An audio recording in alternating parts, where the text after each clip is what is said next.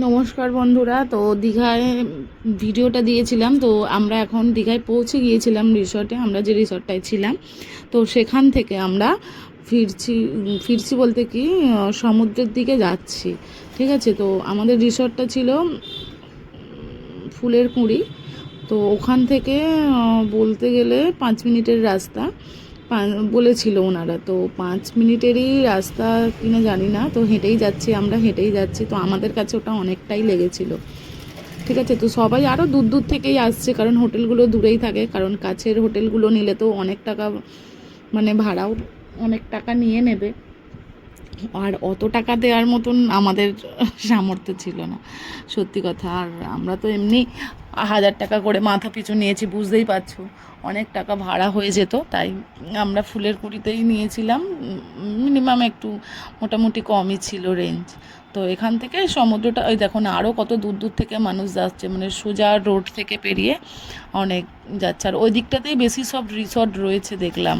আমরা যে ফুলের কুঁড়িটায় রয়েছি ওখানেই সব বেশিরভাগ রিসর্ট যাচ্ছে, দেখো সব দূর দূর থেকেই এসছে, সামনেরগুলো তো সব নেই। আর এটা কি গাছ আমি জানি না, কি ফুলের গাছ, কি সুন্দর লাগছে, ভোরের প্রকৃতিটা বেশ সুন্দর লাগছে। আর এখানে ভোরবেলাটাই দেখো রাস্তাটা, দীঘার রাস্তা, দীঘার সমুদ্রের ধারের রাস্তা ফাঁকা, এখনটাই ফাঁকা লাগছে। তারপরে ভিড় ভিড় করে কোথা থেকে যে এত মানুষ এসে গেছে বুঝতেই পারছি না যে এত মানুষ কোথায় ছিল। আমরা ভেবেছিলাম হয়তো দীঘাটা এখন যাচ্ছি, এখন ভিড় কম হবে, তো কমের জায়গায় দেখছি ভিড় তো অত্যাধিক ভিড় হয়ে গেছে। সবাই ঘুরতে গেছে আর কি। তো চলো সমুদ্রে যাওয়া যাক। এখানে কিন্তু অনেকে কিন্তু সমুদ্র থেকে স্নান করে টোটোয় করে রিসর্টে যাচ্ছে, ঠিক আছে, সেটা কথা নয়। কিন্তু ওই যে সমুদ্র দেখাই যাচ্ছে ওই টাওয়ারটার কাছে, টাওয়ারটা দেখতে পাচ্ছ কি না জানি না, আমি কিন্তু দেখতে পাচ্ছি কারণ আমি গিয়েছিলাম। তাই টাওয়ারটার কাছেই সমুদ্র। একবার কিন্তু জল হয়েছিল, ওই টাওয়ারটা কিন্তু ডুবে গিয়েছিল ঝড় হওয়ার সময়। টাওয়ারের ওপরে কিন্তু জলটা উঠে গিয়েছিল। ওই যে টাওয়ার, সকালের পরিবেশটা সত্যিই খুব সুন্দর, একটা প্রকৃতি মনোরম, বেশ নিলিবিলি রয়েছে, ভালো লাগছে, সমুদ্রর আওয়াজ দারুণ একটা ফিল হচ্ছিল বেশ, রাস্তাও ফাঁকা।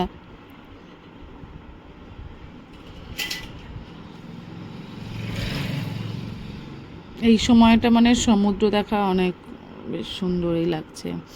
এখানে যারা 4 চাকায় করে আসতে পারে, কিন্তু এটা পুলিশের গাড়ি। আর এই যে এইদিকেও সব পুলিশের গাড়ি এখানে দাঁড়িয়ে আছে, দেখো এখানটায় দেখো কত ভিড়, দেখো সমুদ্রের পাড়টায়। আমরা গিয়েছিলাম নিউ দীঘায়, তো নিউ দীঘাতেও এত ভিড় আমি জানতাম না, প্রচুর ভিড়।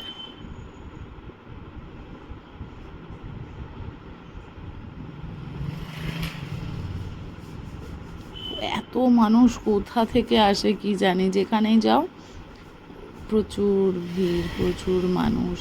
তো শুধুই সমুদ্র ওই যে সাদা হয়ে আছে, আর আমরা আস্তে আস্তে আস্তে আস্তে নেমে যাচ্ছি।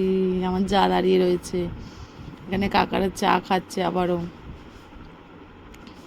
এই যে আমার হাজব্যান্ডও দাঁড়িয়ে রয়েছে, তোমাদের দাদাভাইও দাঁড়িয়ে আছে, দেখাচ্ছে ওরা, আমার ছেলেরা ওই ধার দিয়ে ধার দিয়ে হেঁটে হেঁটে চলে গেছে। এই দেখো সমুদ্র, কি সুন্দর অপরূপ সমুদ্র, যে কি বলবো। আর এটা হচ্ছে হোটেলের ওনার, হোটেল মালিক কিছু কথা হয়তো বলছেন। তো চলো ওনাদের হোটেলের সম্বন্ধেই বলছেন আমাদের, এসি নন এসি এইসব আছে। তো হোটেলটা মোটামুটি ছিল, খারাপ ছিল না। তো উনি কথা বলছেন, আমি কিন্তু মিউট করা আছে বলে ওই কাকাটা তো আসতেই চাইছিল না। ওটা শর্টসে একটা দিয়ে দেবো, ঠিক আছে, ওনার কথাটা, কারণ উনি হাসছেন। উনি আমাদের কিন্তু একটা জিনিস বলেননি যে ওনার এটা ফল্ট। আমি এটা 100 বার বলবো ওনার ফল্ট, কারণ যদি আমরা রিসোর্টটা না নিই তার জন্য। আমরা থার্মোকলের বাটি নিয়ে গেছিলাম মাটনটা দেবো বলে, ঠিক আছে। তো ওনারা কিন্তু একবারের জন্য বলেননি যে থার্মোকলের বাটি আমাদের এখানে চলে না। আর রিসর্টটা ছিল দেখো জাহাজবাড়ির কাছেই। তো কথা কাটাকাটি হয়ে গেছিলো ওনাদের সাথে আমাদের, বুঝতেই পারছো এতগুলো মানুষকে নিয়ে যাওয়া মানে থালায় দেওয়া বিরক্তকর একটা ব্যাপার লাগছিল, তার জন্যই এটা হচ্ছিল। তো এই যে সবাই হাই হ্যালো করছে, তো তোমরা একটু ভিডিওটা পাশে থেকো, কারণ আমি 1 বছর যাবৎ ভিডিও করা হয়নি পারিবারিক কিছু সমস্যার জন্য। তো তোমরা এবারে একটু পাশে থেকো, খাটনি আবার খাটছি, আমি সবার পাশে আছি, একটু পাশে থাকার চেষ্টা করো সকলে।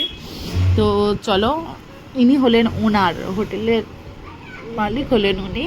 আর সব থেকে বড়ো কথা কী বলুন তো, উনি আনম্যারিড, আর ওনার পুরীতেও হোটেল আছে, ঠিক আছে। আর যদি কেউ বুক করতে চান তো করতে পারেন, আমাকে মেসেজ করবেন, আর পারলে আমি কন্ট্যাক্ট নাম্বারটা দিয়ে দিতাম, কিন্তু আমি কন্ট্যাক্ট নাম্বারটা আমার তোলা হয়নি, যার জন্য দেওয়া হয়নি।